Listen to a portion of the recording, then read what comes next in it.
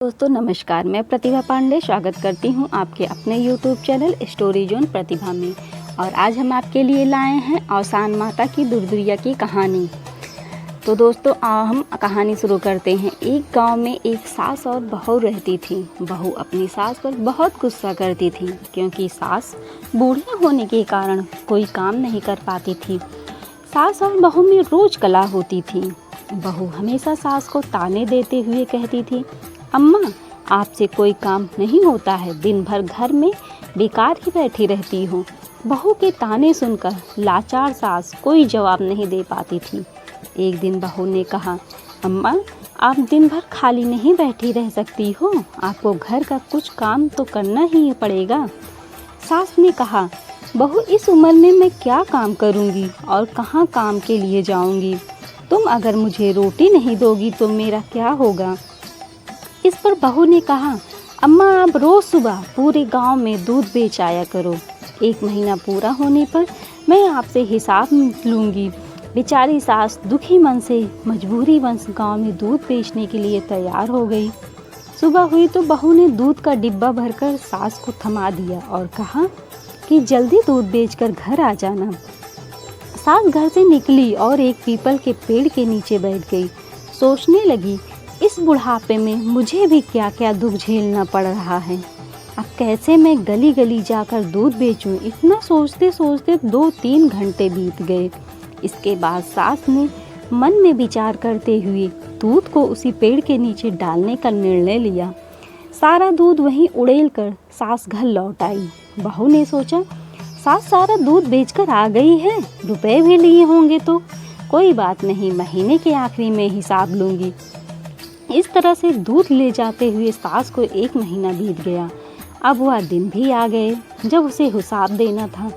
वह दूध लेकर गई और पेड़ के नीचे बैठकर रोने लगी और कहने लगी, अब मैं क्या करूं, आज बहू को दूध का हिसाब भी देना है।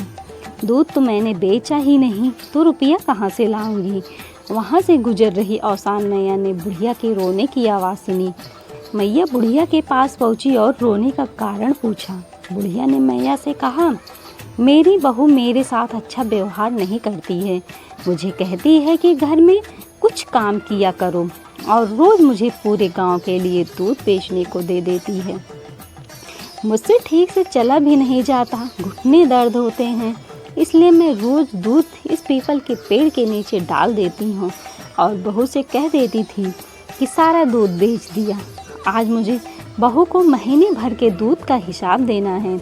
मैंने हिसाब नहीं दिया तो वह मुझे घर से बाहर निकाल देगी। औसान माता को बुढ़िया पर दया आ गई।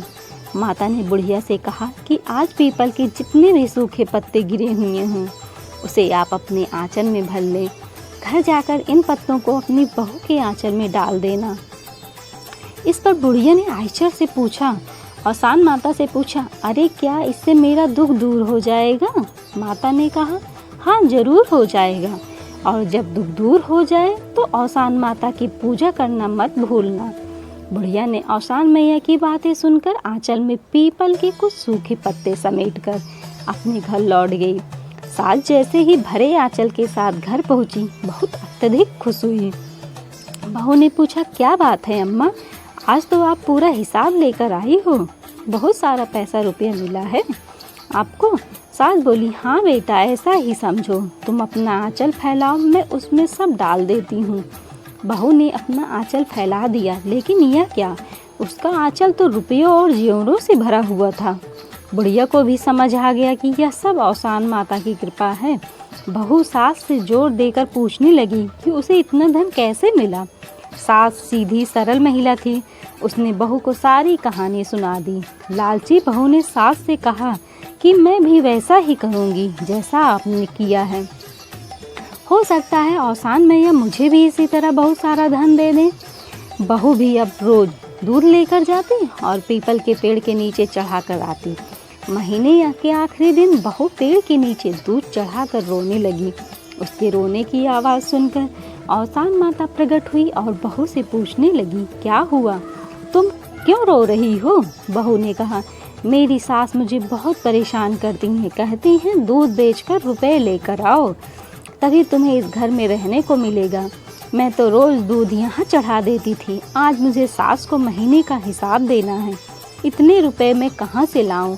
औसान मैया ने बहू से कहा कि वह पीपल के सूखे पत्ते अपने आंचल में समेट कर ले जाए और आंगन में डाल दे। बहू ने खुशी खुशी ढेर सारे सूखे पत्ते अपने आंचल में भर लिए। लेकिन ये क्या, जैसे ही बहू ने सूखे पत्ते आंगन में डाले वे सब सांप बिच्छू में बदल गए और उसे काटने दौड़ने पड़े।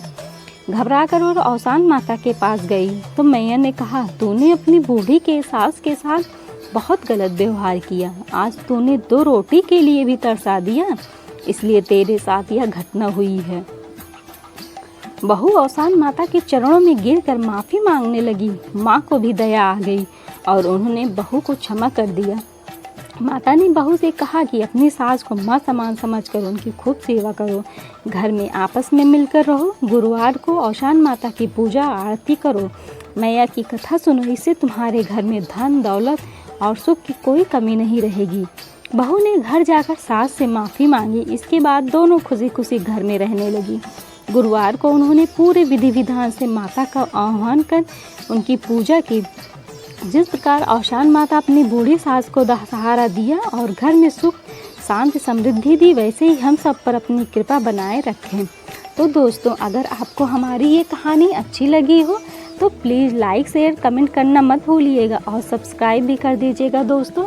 और जितना हो सके अपने दोस्तों में भी शेयर करिएगा, बेल आइकन दबाना मत भूलिएगा, जिससे हम आपके लिए इस तरह की कहानियाँ लाते रहें। औसान माता की जय लास्ट में लिखना मत भूलिएगा।